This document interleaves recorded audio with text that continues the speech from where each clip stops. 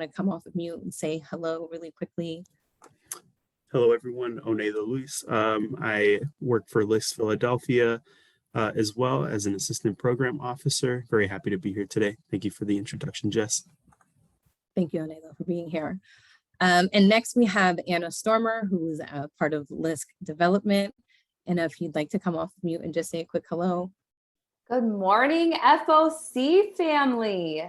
So I am also formerly from Philadelphia at LISC, and now I'm on the national development team. And I love to see FOCs get money. So I am super excited to talk to you about leveraging communications for resource development. Thank you, Anna, and thank you, Onela, for being here. Okay, so if we could switch to the next slide, we'll jump right in. What I'm going to do is give everyone a little bit of background and some grounding. Oh, well, I lied. First, I'm going to give you our objectives for today.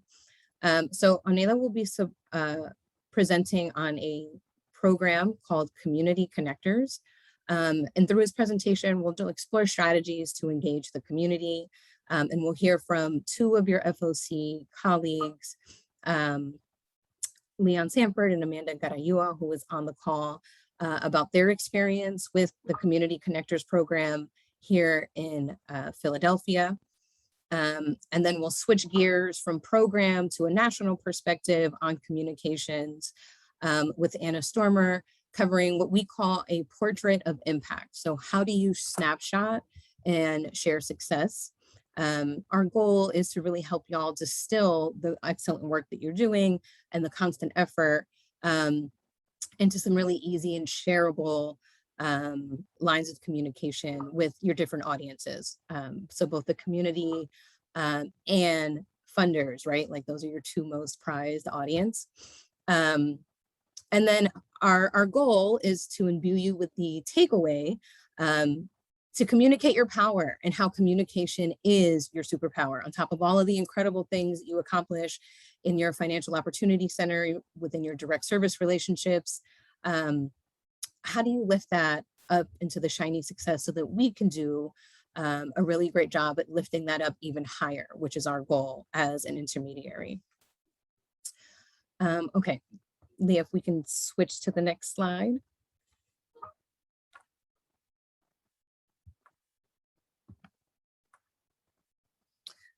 All right, so our LISC program officers are striving across the country to implement our financial opportunity centers and bridges network model.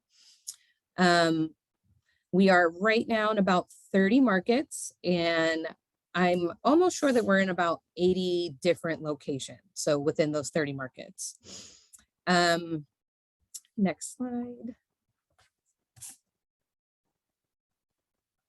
Okay, so as an intermediary, how LISC strives to support our partner network is through these four pillars. There's probably a lot more depending on your local office, but these are the four basic pillars that we try to hit as a national and local organization.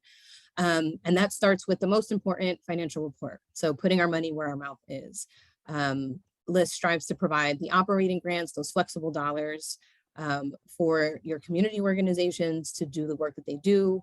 And develop national and local partnerships to further invest in those networks. And so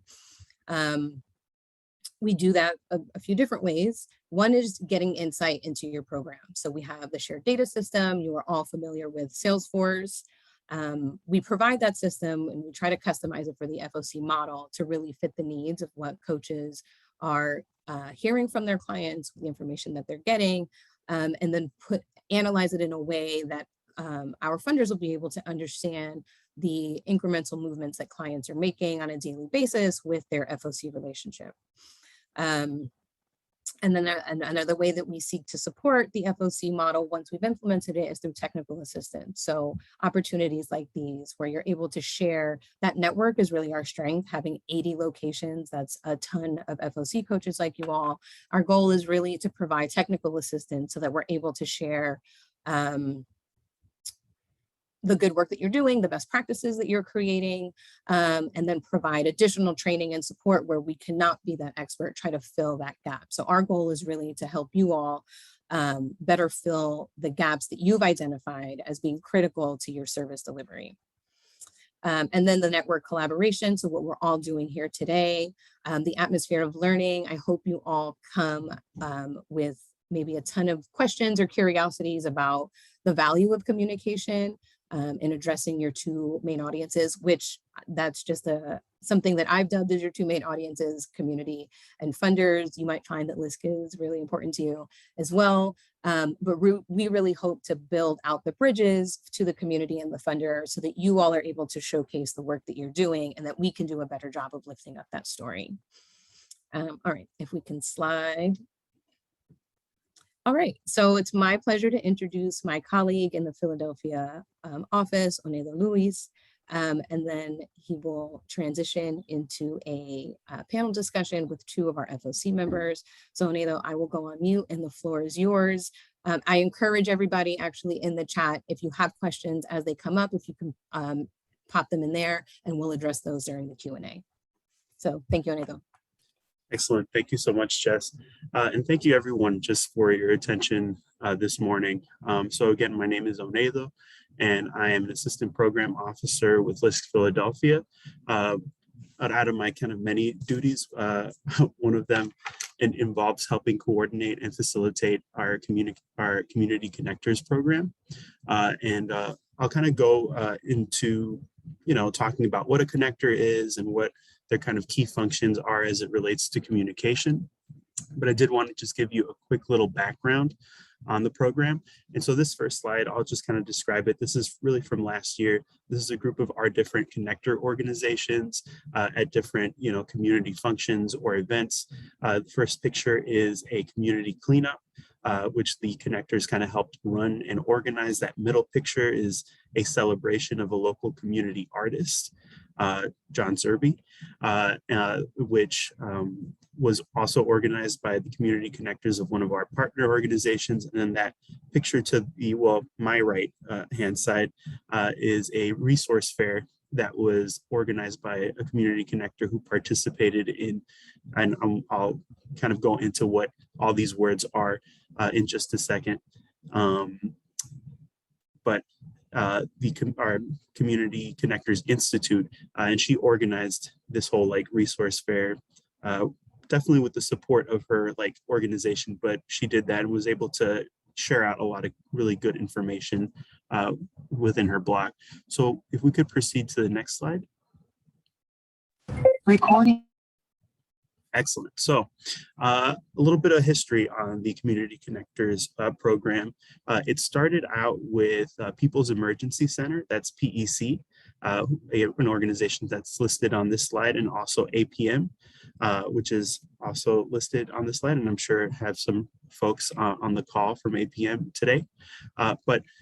Yes, so this program started in 2014, and it really started out of a collaboration between PEC, APM, and LISC Philadelphia. PEC and APM approached LISC to kind of help support them in the development of a community engagement program that would really lift up resident leaders and kind of put them in a position to communicate different resources to the community on a really granular and block level. And so since that kind of started, LISC's role in that was kind of helping facilitate the development of that, but then also organizing a convening called the Community Connectors Institute. The Community Connectors Institute basically has two goals. It's to kind of help bring together connectors from different partner organizations all throughout the city of Philadelphia and really help them learn a little bit more about their role of a community connector, and also teach them some fundamentals about community development. Since 2014, our kind of list of participating organizations have increased, and actually this year we're hoping to go up to 6 participating organizations. But as of right now, we have 5 organizations that we are currently working with with the Community Connectors Institute, and each organization brings anywhere between 2 to about 7 connectors each. And I mean, typically during a Connectors Institute, we'll have about, 15 to 20 folks, like new connectors involved in the Institute, learning about those, again, their role as a community connector and also the fundamentals of community engagement. And so, or community development, but also engagement. So moving on to the next slide. So, what are community connectors? And, I get asked this question a lot. And, we're going to talk to some folks who have actually served and worked as community connectors, and they'll be able to provide you with a really great answer. But as I've kind of come to understand it, is community connectors are leaders within their community who have this unique ability or this unique opportunity to be able to connect with their neighbors and communicate very necessary information to their neighbors that is being provided, either by the city or by their, local agencies. They build trust. And I think that's what really underpins like the strength of the Community Connectors program, because, and often, very often, and I think almost in every case, our partner organizations are engaging local residents to kind of get into these roles, and connectors receive like a small stipend for their part-time work with their organizations, because they are from their communities. They have this wealth of institutional knowledge as it relates to what's going on like in their communities. So they're able to leverage and understand the nuances of what's going on, in their blocks and their communities. And they can, come at this like strategy for communication, for kind of reaching, these barriers with trust.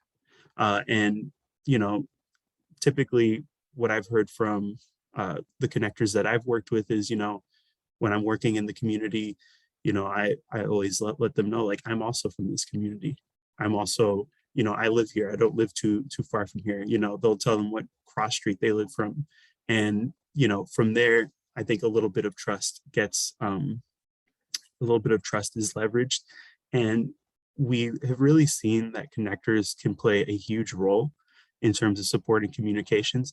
I didn't, I started working at LIST just a year ago, but I'm sure that Jess and Anna would agree with me, because they did work at LIST Philadelphia during the beginning of the pandemic, and could, I think, definitely speak to just the importance and just critical role that community connectors played in terms of reaching out to their communities during that time of where there were a lot of unknowns, and being able to communicate key information around services that really helped families when they were like struggling a lot. And so I think that's kind of one of the reasons we're here today. And I think kind of out of that and since that, just like seeing the work that community connectors have done, I think is just incredibly key. But moving on to the next slide.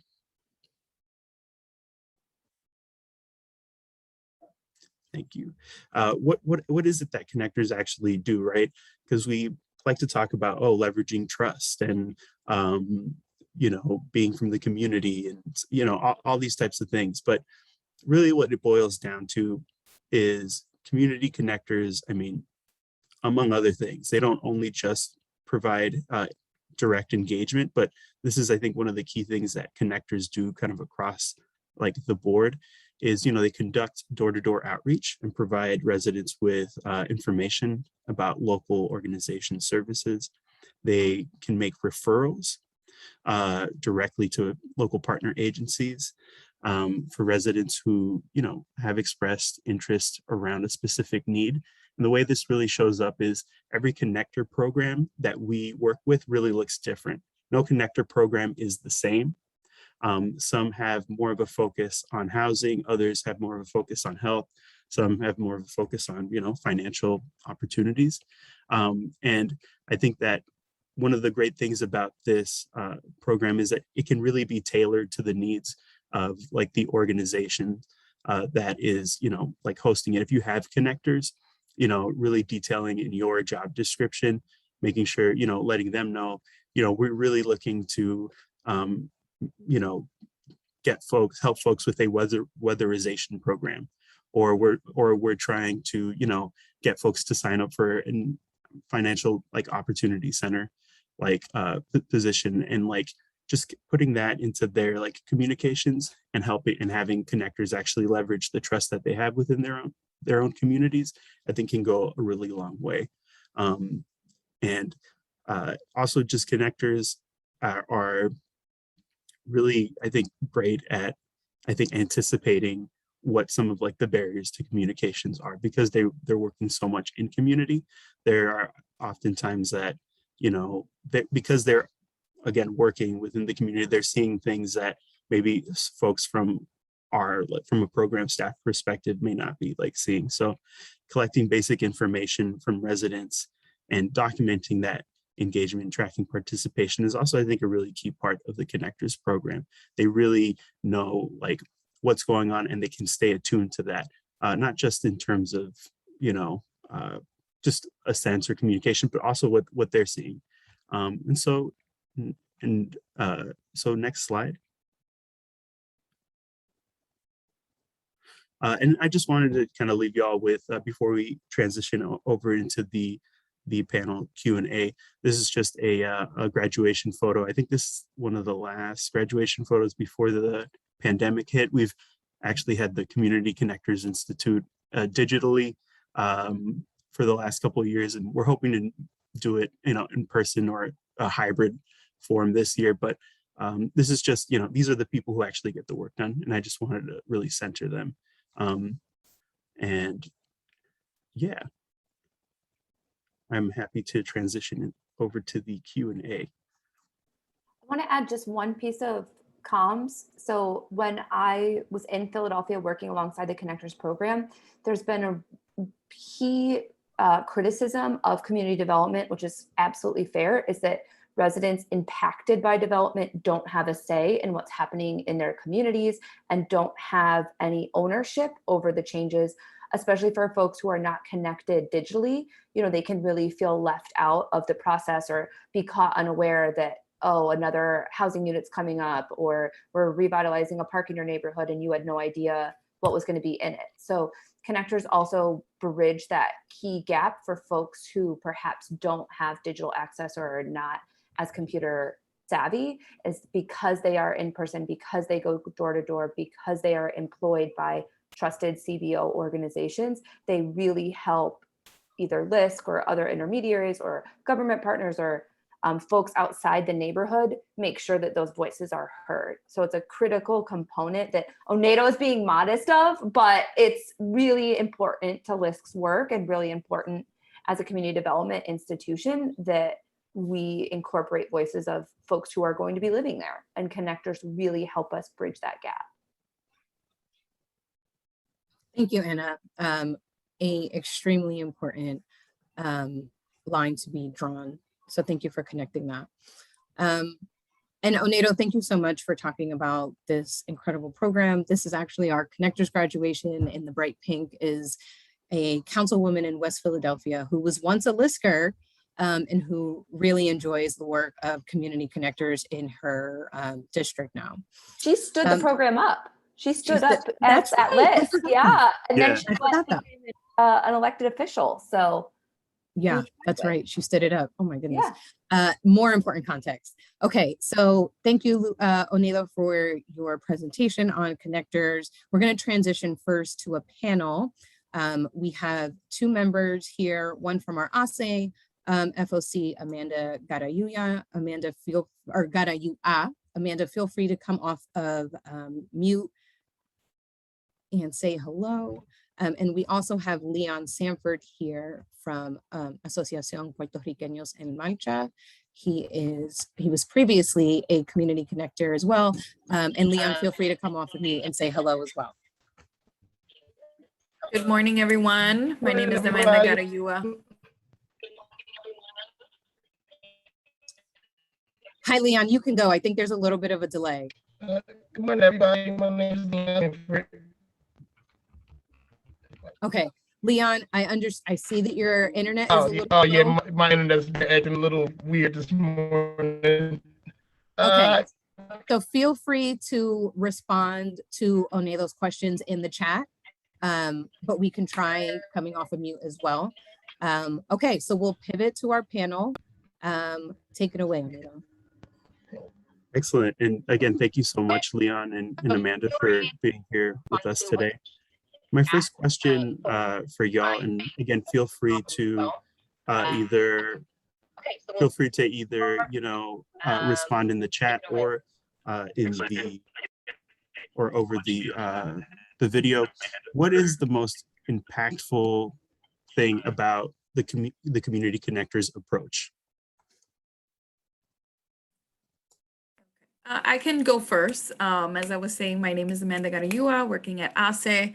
I oversee the housing services department. So the most impactful about Connectors approach is that it's not a cold invitation to the services that we provide or the free services that the city provides. It's a face-to-face transaction, as they do a lot of door-to-door. It's more personable. It's trust building, as Onedo said in his presentation, is putting faces to the organization and to the programs that are available in the city. Now, if you send a cold invitation, such as social media or mail or radio, you don't know who's actually intrigued, but you will know if you are face-to-face. So I think that's very impactful. There is an intention to connect individuals and residents in the neighborhoods to these programs. And it also allows us to listen to the community, as Anna just touched on. A lot of times we get funders or people that don't live in our community to tell our community what they need. And with community connectors, we get to hear back from the community, from the residents, to actually know for them to tell us what they need.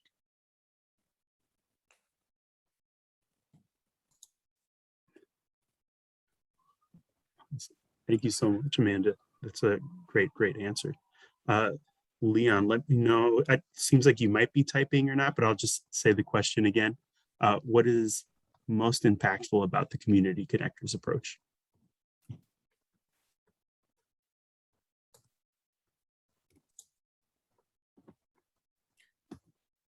And I'll give folks insight while we get better clarity with Leon. Leon did previously work with the community connectors as a community connector.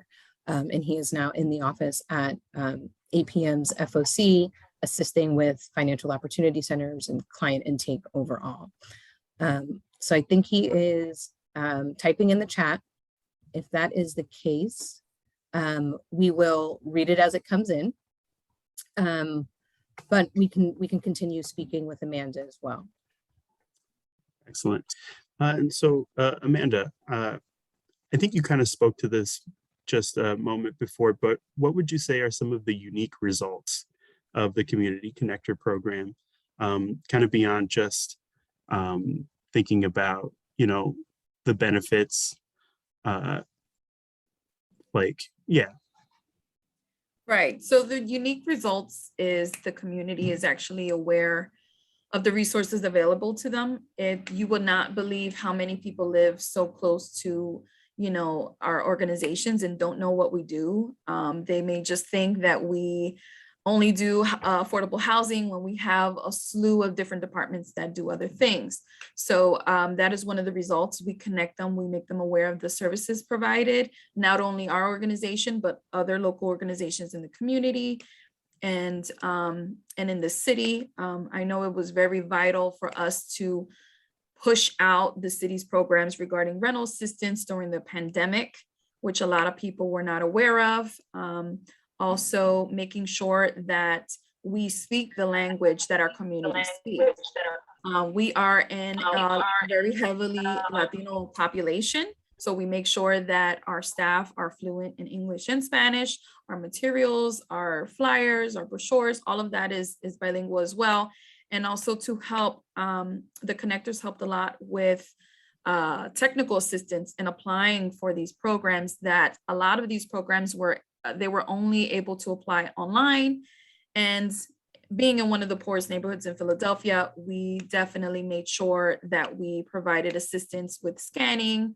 If they needed to come in, we made sure that we did that so that way we can make sure that they do apply for the services available to them. And I think what's great result is we're meeting people where they are, right? So if they need the technical assistance, if they need the services, if they're not aware of these programs, if they need utility assistance, if they want to be more involved in their community and crime prevention, that is something that we will connect them through our community connectors.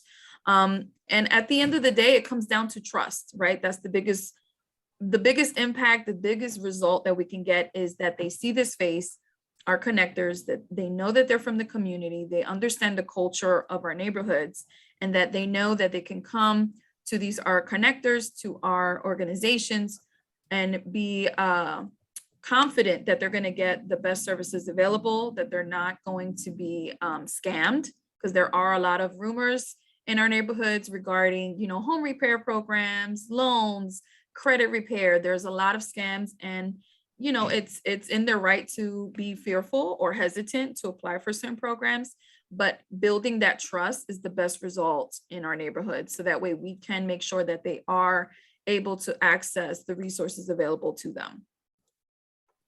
Wonderful, wonderful. Yeah, and something I just picked up from that, just bridging that digital divide, just like such a key piece. I think that, we're hoping to really talk about, I think, in greater length in this year's Community Connectors Institute, and explore that a little bit more. So I'm really glad you touched upon that, and really just going back to that, central piece of trust.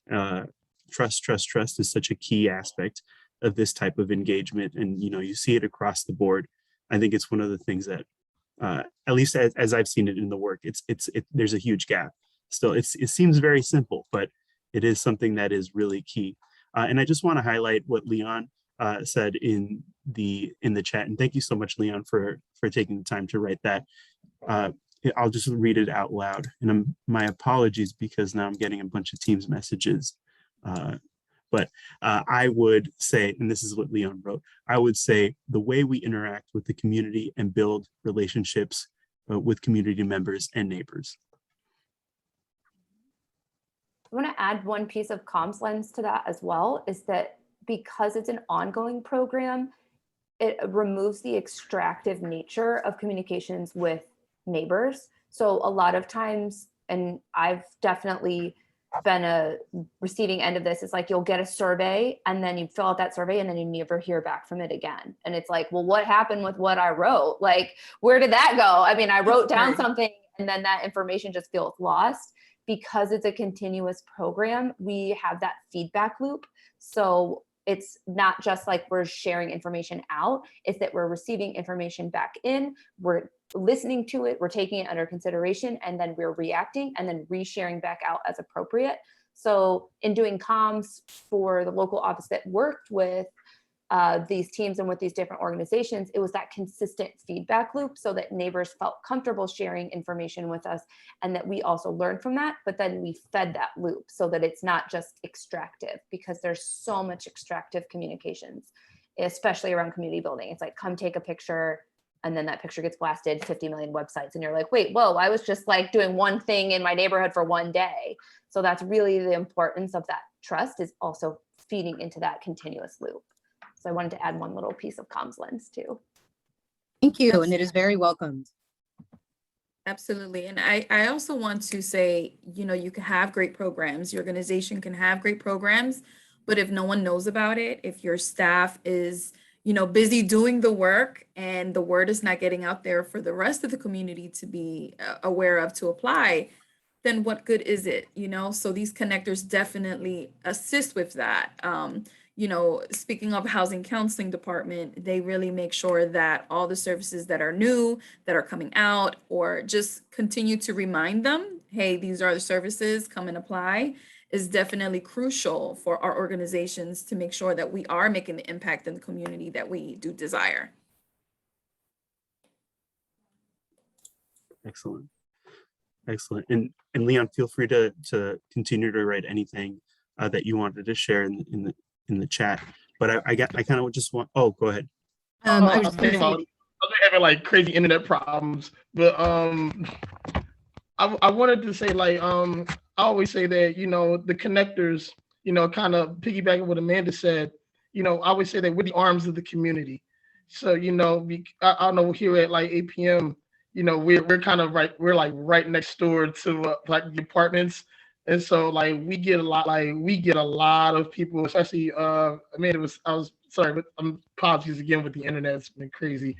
But I remember around when we were doing rental assistance, and it was I always say it was more than just doing rental assistance, because we're the connectors have we've built relationships with so many community members, just not in our community, but where I say through lists I've been a connector. I was a connector for a really really long time, and the learning experiences that I had were far more than I ever could have imagined. And just having those, and I always say with being a connector, I was able to help build those relationships with community, regain the trust. I think trust is a big thing right now, especially with a lot that's going on in the city right now.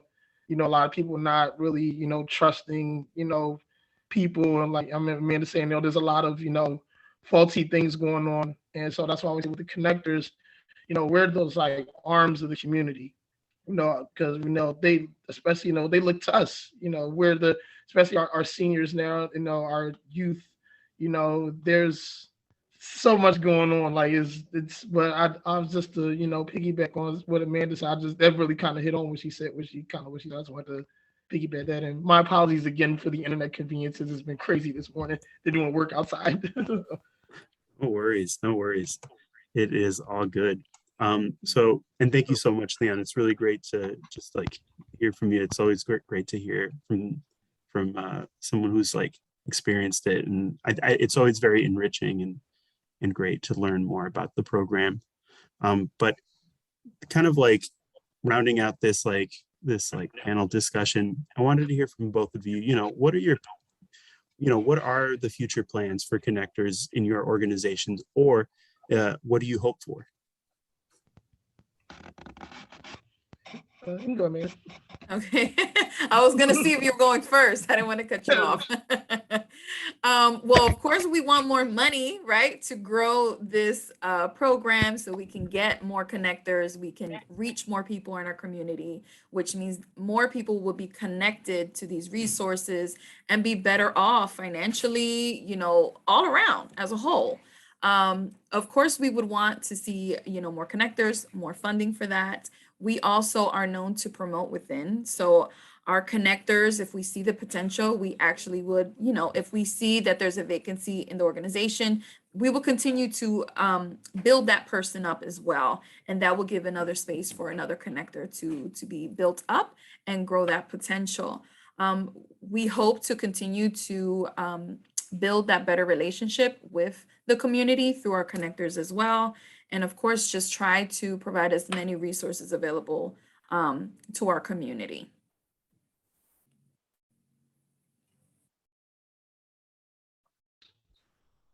So I kind of see with Amanda, we can always use more funding for the connectors.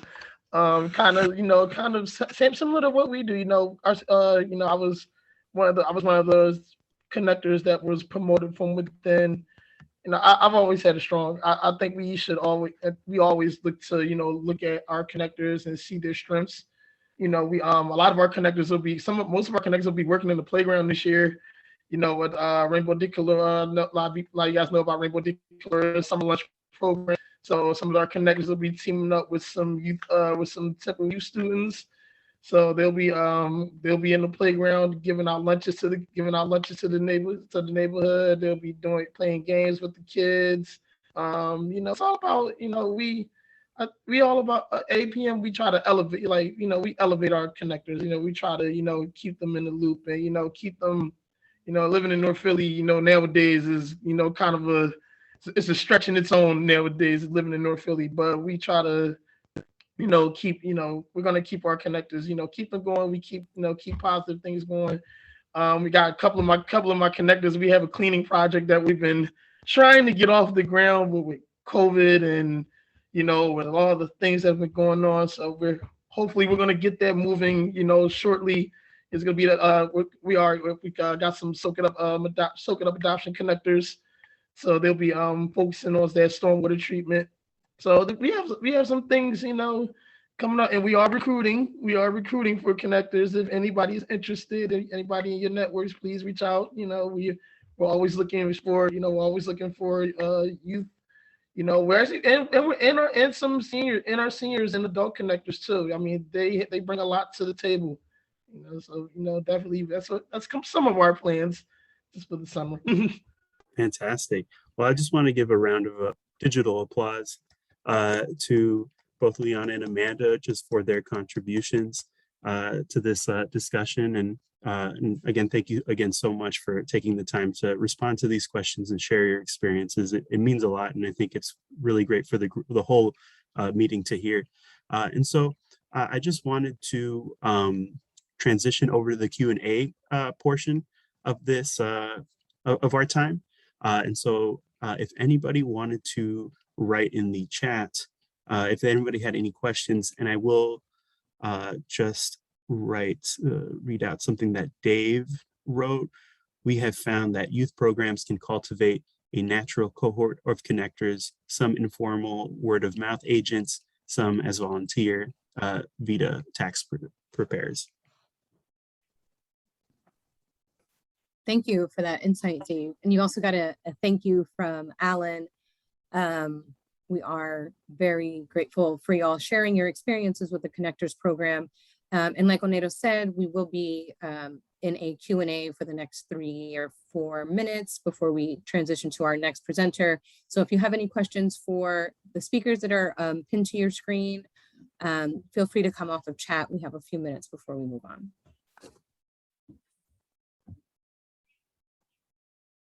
Can I ask a question for Amanda and Leon, if that's allowed?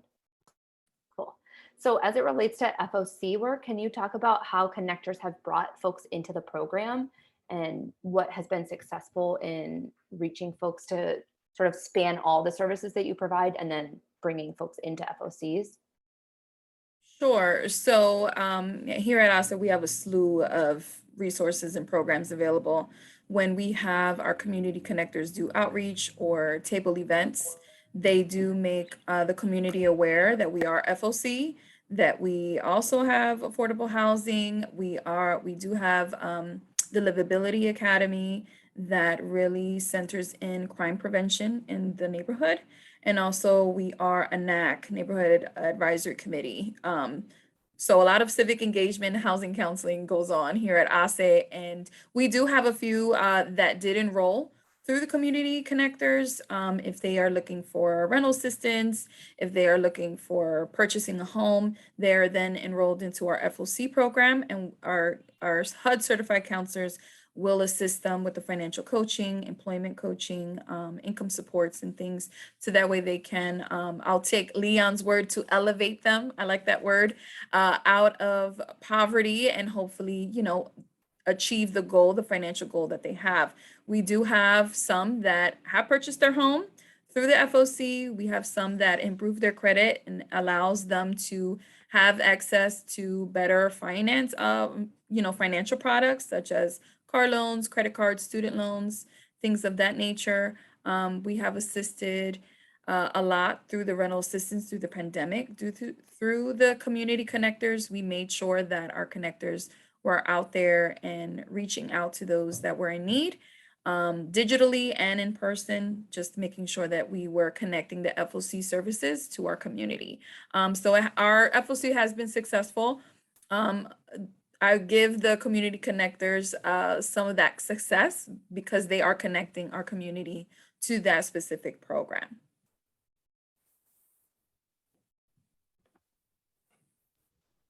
Okay. So I actually have. I'm sorry. Oh, you go ahead. I have a quick question.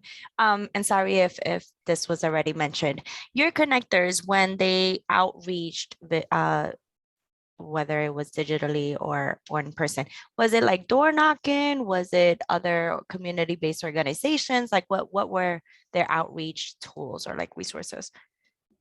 So our outreach, when the pandemic first hit, we transitioned to mass mailing. We sent out mailers to our NAC boundaries, which is pretty big. We've done electronic newsletters, text message blasts, and as we are, the numbers are getting lower, they are going back out in the streets. We have table events and also any digital events that went on. We also made sure of that. Our connectors are also involved in our monthly meetings through the NAC to make sure that they plug in any resources available to our community. Thank you. Leon, I don't know if that's any different from what you do at APM. We basically, follow the same methods. I think during the pandemic, we kind of went to, we kind of did more of drop off. So like our NEC, like we have a neighborhood advisory committee as well. So it's pretty sizable. So what we did was we went around and we had actually given out books. We were giving out books and masks to our youth and some of the seniors and stuff that were around. So we went door to door and just, we would just knock on the door and we just leave the bags on the on the doorstep or the porch. We did it was like a crash course in Zoom for all of us. So we got so we were able to do a lot of outreach via Zoom and our neighborhood advisory meetings, our connectors. We're like we live and go by door to door canvassing down here. And so and I always had a little pitch that I always did when I'm in the office.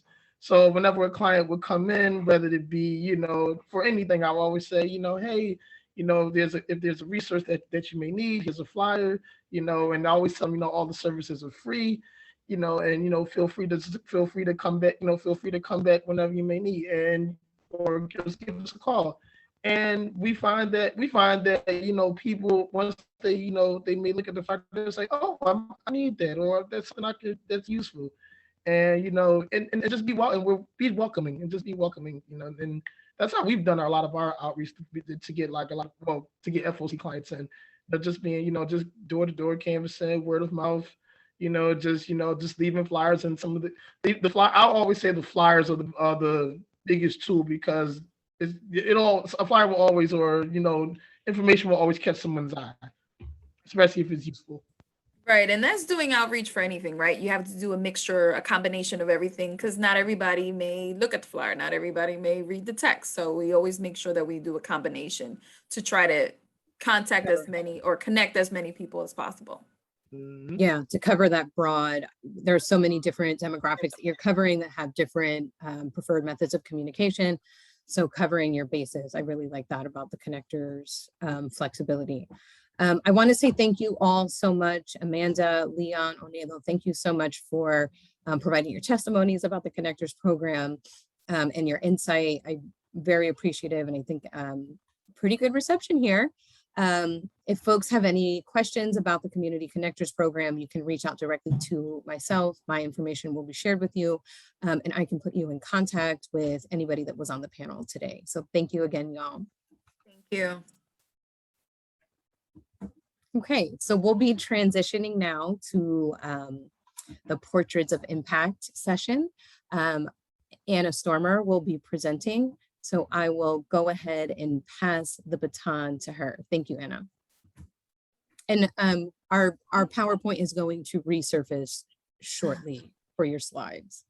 Great. So thank you all for having me. I love being able to connect back with the FOCs like I shared. This was a huge book of my work when I was in Philadelphia. So I always appreciate the opportunity to come back and connect with FOC folks. So my name is Anna Stormer, and I am on LISC's National Development Team. So our job is to raise resources across 38 local sites and a suite of national programs, which FOCs fall under. And I want to highlight a piece of information that Jessica shared at the beginning. So LISC's job as an intermediary, a piece of what we do to support that is to raise resources in support of financial opportunity centers and the financial opportunity ecosystem. So our job is to not only support the direct programmatic work, but also to raise resources to ensure that that work continues. And a piece of that fundraising work is related to today's topic, which is communications. And so if you do not have effective communications, it really hinders our ability to raise resources for the amazing work that you're doing. And I want to highlight a campaign that we did last year in 2020 and 2021, which is called Portraits of Impact. So Portraits of Impact were quick snapshots of small businesses and organizations that we supported throughout the pandemic that gave an overview of either the grant opportunity, the funds coming in and out, and a snapshot of the business. So why does that relate to FOC work? It is helping allow you to think about your work in a way that's snapshot, so that LISC can then, one, tell that story for leverage, but also so that you can own the story that's being told about you. And Amanda touched on that, and Leanne touched on that in their portion, is that if you are not owning that story, and if you're not feeding that story back to us, somewhere along the lines, it can get distorted. Intentionally, unintentionally, it is not then representative of the communities that you're serving or the folks that you're working alongside. So as an intermediary, LISC's job is to make sure that story is elevated in a way that is dignified and elevated in a way that really tells the full breadth of what the amazing work that you're doing. So to go through this, on the right-hand side, you see this Portrait of Impact was developed by our graphic designer at LISC, and top Southeastern Roastery, that's the business name, same as FOC, same as community partner, same as neighbor working alongside. So really highlighting the top. On the left-hand side, you see Very Clean, who's the implementer, LISC DC, who was the partner that supported this work, Verizon Foundation, what was the grant? 10K. So very quickly, you have an easy understanding of the work that's being done, how it's important, and how that community impact will move forward over time. So over time, she plans to utilize the business as a hub for mentorship and creativity. That piece is critically important because it allows not just the one piece of story to be told, but the future forward. So what's going to be done in the future? So how is that work going to be leveraged? How is that success going to be sustained? So it clearly articulates why the work matters, who was involved, and the importance of FOC network and programming. It's visually appealing and clean is also a really key piece of the storytelling, is that too many fonts, too many colors. I know we get excited about some of the pictures that we use.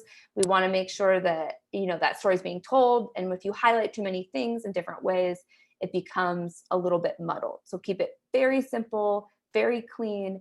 And a piece of that storytelling alongside clean and simple is that it's asset framing and strength-based.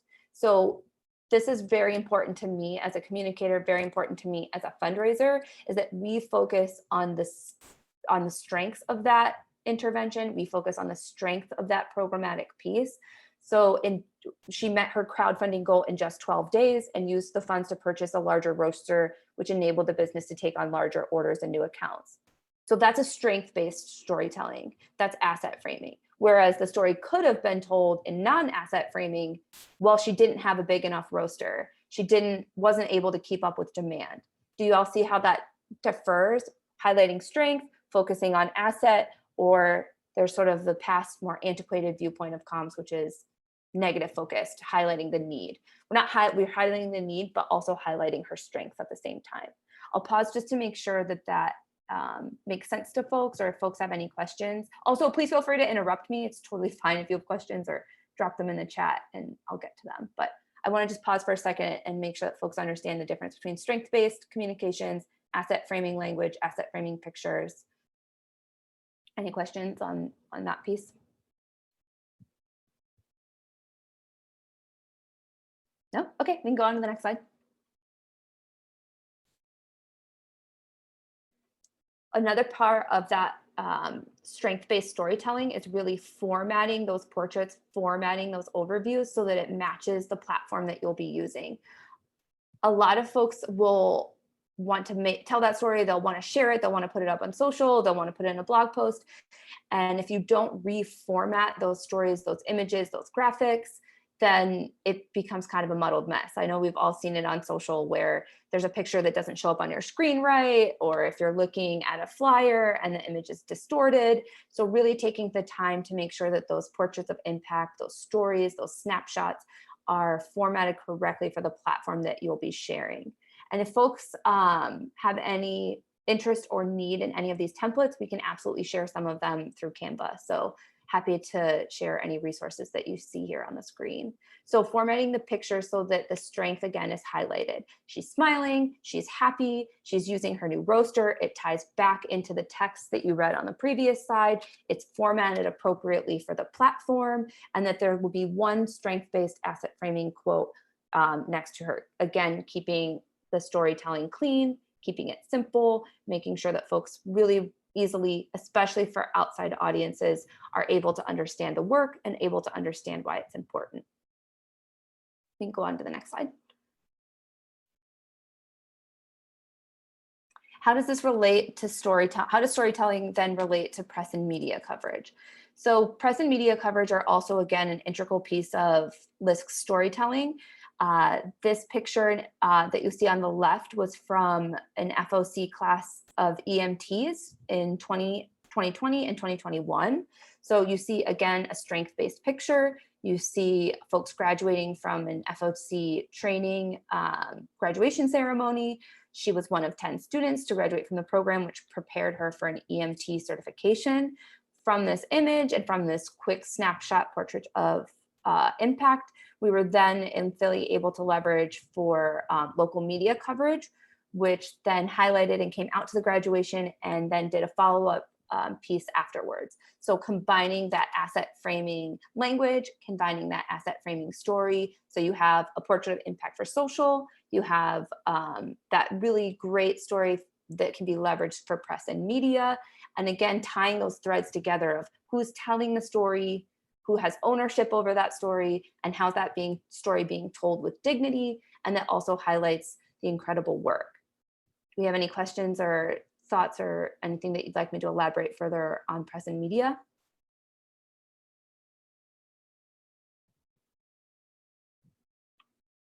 No? Hey, Okay. Anna. Oh, one go thing I ahead. want, it's Tom Brandy from New York City. One thing I want to ask is a question that I think I know the answer to, but I want to throw it out to everybody. Every time there's a news story, do you need to pull up a new, like, oh, we need a brand new client that we've never highlighted before? Or can you highlight something for a local media that's, here's somebody that we highlighted like 2 months ago that we know they're still doing well? Do you feel like it has to be novel for a media outlet, or is it something you can pull from, here, we did this social post and we know this, we still have this contact with the person? I think it depends on the strength of the relationship, right? Like, are they still enrolled in the program? Especially for FOCs, we do have folks, complete the program, they graduate, they do the training, and then they sort of, carry on with their lives or move forward. So I wouldn't want to go back to someone too far removed or someone who hasn't been enrolled recently or hasn't stuck with the program. A lot of the coaches are phenomenal with staying up on folks and making sure we can continue to celebrate their success. So in that instance, absolutely, we would go back to that person all the time. If they're a champion, if they're a cheerleader, if they're staying connected. A piece of asset framing and strength-based storytelling is that it really relies on that relationship, to the point of community connectors also staying up on folks in the neighborhood, making sure that they're still moving forward, making sure their financial goals are being met. As those financial goals evolve or change, perhaps it was, I want to save for this house, I've got my deposit, and that's a milestone. The second milestone is then I put the down payment in, and now I'm moved to close and I own. That's a great story of a full trajectory that you absolutely could go back to that person for. But they completed the program a year ago and we haven't talked to them. I wouldn't I wouldn't be bothering somebody about that because I would tell them to go away and be like, wait, whoa, what do you need me? What do you need my picture for again? So it's really, and I think that that's the strength and the magic of what the FOC coaches do every day, is that they stick with folks and that they stay with them and they follow up. And that is why our stories are so impactful, is because they are built, to Leon and Amanda's credit, on those authentic relationships, and everyone else on the call, those authentic relationships that they maintain. So very long answer, but I would go back if I came correct, would be the short answer to that question. Sorry, was there another one? Oh, Leanne, what did you say? Can you say something? Okay, that was bold. Okay, great. So we can go on to the next slide.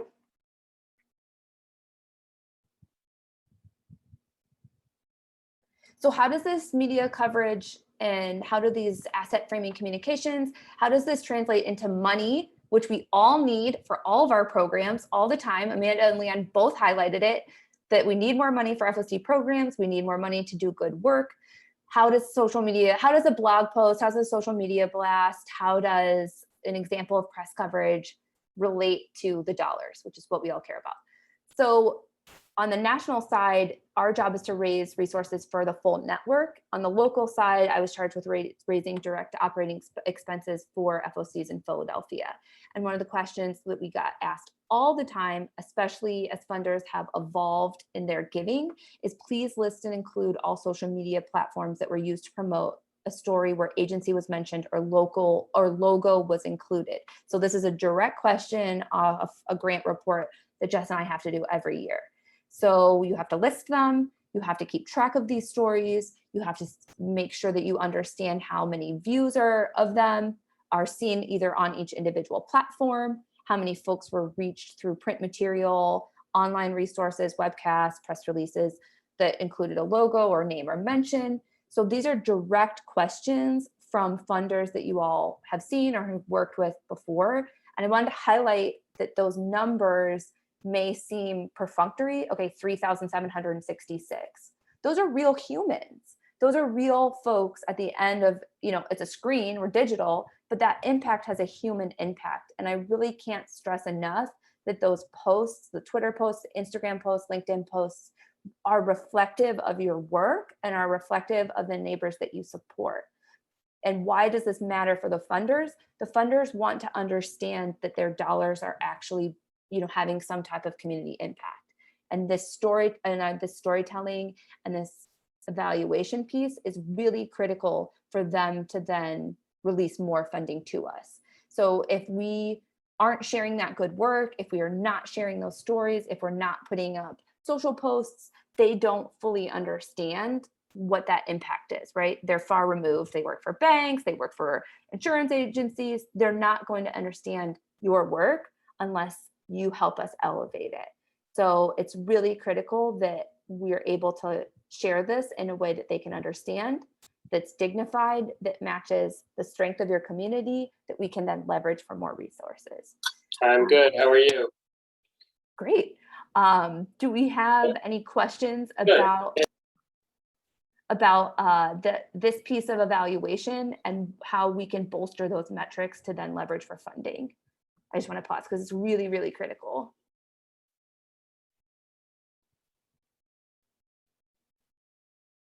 No, we got it. Everyone's going to start feeding up national list great stories of work for FOCs. Yes. The answer is yes. Anna, you touched on this, but I just want to underscore it. How to pick the appropriate medium to share different successes. Like, are there any fast rules to remember around that? That's a great question. Yeah, thank you. And Thomas, please feel free to also jump in too, because I know you do this as well. So if you have other insight, please, share as well. Picking the appropriate medium is critical for that asset framing story, for that impactful storytelling. So we wouldn't go on to, let's say, Twitter and put a huge picture with no text, without a link to follow, without a call to action. So if you're scrolling on Twitter, what do you mostly see? You see quick clips, you see links to other media pieces, you see links to websites, really a strong call to action in a very small snippet. So again, with social, it's how well can you frame that answer? How well can you frame that story that matches the platform that you're using? So for Instagram, we would be heavy on storytelling, either through a reel, through a highlight, if it's a graduation ceremony, if you have a great story that is really relevant or timely. We would not put an image or a picture up that's been, from 10 years ago. It will look dated. We want that content to be engaging on Instagram. We want it to be quick on Twitter. For LinkedIn, this is where funders live. They love LinkedIn shout outs. They love being able to see their logo. They love tagging either the end partner, community partner, and then also their institution. So that would be more professionally based, more funder focused. Website blog post, you cannot give us enough content. LISC has 38 local offices. So we love being able to highlight a diversity of voices and a diversity of storytelling throughout the country. So if you have a more static story or something that's coming up that you want us to share, please feel free to send us content, send us images, send us graphics. We would love to highlight them. I know your local offices and your local teams work really hard to make sure your work is elevated. So you cannot send us enough. I think maybe that's a good spot to add. Do you want to add anything, Thomas? Yeah, and I've noticed stuff with with the team of you can share the same story in different avenues. It's kind of like your point of how do you tweak the language to be more professional, to kind of get to the point or what have you. And I would say again that just kind of the more let me gather my thoughts here. I know you got put on the spot. You got put on the spot. No, it's okay. I think going back to those quotes that you were saying of instead of being this happened first this happened and then we went to the store and then whatever, letting your community members tell their own story, I think is the most impactful way. What are the parts that they're the most proud about? What are they doing? What do they hope they do next? What does this accomplish or milestone mean for them? And how does it compare to where they were when they first started their journey? Centering it on their experience and what they did, rather than they enrolled in the program, and without the program, the amazing grace is what my old grant maker would say, they were lost and now they are found, really trying to center on the hard work and accomplishments they've created themselves, and we're partners in that journey. That's something that I've heard a lot from Laura and the team of that's something that the FOCs pride themselves in. It's we are partners. We are not, top down, crane games moving someone along the path. So, but yeah, pay attention to kind of the metrics if you have someone who's there, but at the same time, just getting the word out, telling your staff members or clients oh, hey, I tagged you, everybody can share that. Use the network you have to amplify it, because all the social platforms, all they care about is engagement. So the more engagement you get, the more it's going to get out there. Otherwise, you'll drop something at 8 p.m. at night or whatever, 6 in the morning, and then it's just going to, it'll reach 20 people and then it will die. Yeah, it'll dissolve, yeah. 20 people in community outreach is a ton. But what I also heard you say is that Twitter is the good, fast, casual, you got something to get it out on Twitter. You have something to present, you're presenting it on LinkedIn maybe. Yeah. I would see them as kind of different rooms that you're talking within. Well, if Leon goes out and talks to 20 people, those are 20 high touch, really good relationships. 20 impressions or just a little points on social media. It's this is a part of the journey of someone being okay, I've heard about them. I see this, I'm familiar with it. So see social media as one part of your full communications and outreach strategy. Don't just do social media, because it is it's a tough thing of I think Leon or someone was mentioning about they'll see the flyer and that's one part. You have to then have that follow-up touch. So it's all part of that larger strategy. And then information has to be shared over time in consistent ways, but also across different mediums. So when we looked at the using connectors as an example, so on the LISC website, you'll see not only blog posts, you'll see a description of the program. Also at the bottom, there's an interview of connectors where they spoke about why the program is important to them, why it matters, and it's in their own words. So it's really also not only using, to Thomas's point about different rooms of communication, it's also using those different levers within that room. So you have a social media post, you have a website, you have an interview, and it allows folks to really dynamically understand why this work is important, why it matters. I do also want to highlight one piece that I know Jess and I have talked about a lot, which is your stories that feel perfunctory or they feel like every day are the critical pieces and the critical meat to program success. So when you have a client come in and their credit score gets raised 20 points, or you help someone save or reach a milestone for saving for, you know, a housing deposit, that can just feel like business as usual. That's my job. I was a direct service provider before I joined LISC, and it can feel like, well, why would that be a story? Or should it be bigger? Should it be, you know, a huge milestone like they finally saved for the house and they got the house? Absolutely not. The day-to-day successes, those day-to-day joys, those pieces that feel like just perfunctory are absolutely the magic and the meat of why FOCs are critically important. So even though, you know, someone's credit score raising a certain amount of pieces, you know, piece feels like not that big. Tell us that story, tell LISC that story, tell your mom that story, tell your neighbors that story. The more that we can highlight those incremental wins, that's how you lay the full foundation of the breadth and depth of that work. So do not take for granted that those small wins or perfunctory wins are less important, because they are critically important. Sorry, I'm really paying for boosting your social media accounts or posts that make a difference. Absolutely. Boost them up. If you have a budget for it, boost it up. Definitely. There is no wrong way to, you know, if you have the budget, there's no wrong way to reach more people. So if you're reaching more people, absolutely. We paid in Philly, we had a PR firm on retainer. So we paid them to boost stuff up all the time for us. So absolutely.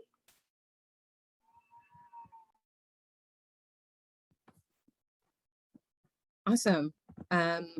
We have about 15 minutes left. I want to leave a couple seconds for anybody to come off of mute. Please feel free. We will sit in awkward silence for a few seconds, but I want to give folks time to gather their thoughts and develop any lingering questions before we move to wrapping up.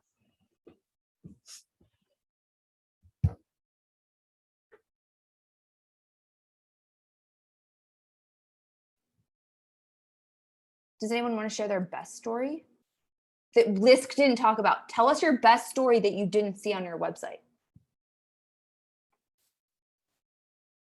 That's a trick question, because then I'm going to want to put it on the website.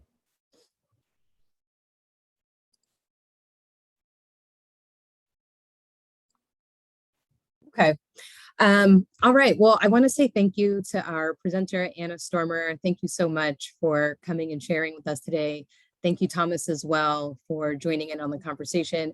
You may see emails, y'all at the community organizations, you may see emails from Thomas in the near future, helping us elevate the successes that you all celebrate on a daily basis. So you may hear from him in the near future. He will be working with us on comms moving forward, and Anna is a part of our national office, so she's embedded in the list structure. But again, thank you all for sharing that information. Thank you all for participating in the chat. I want to give another round of applause to those, Oneida, Leon, and Amanda from our earlier session.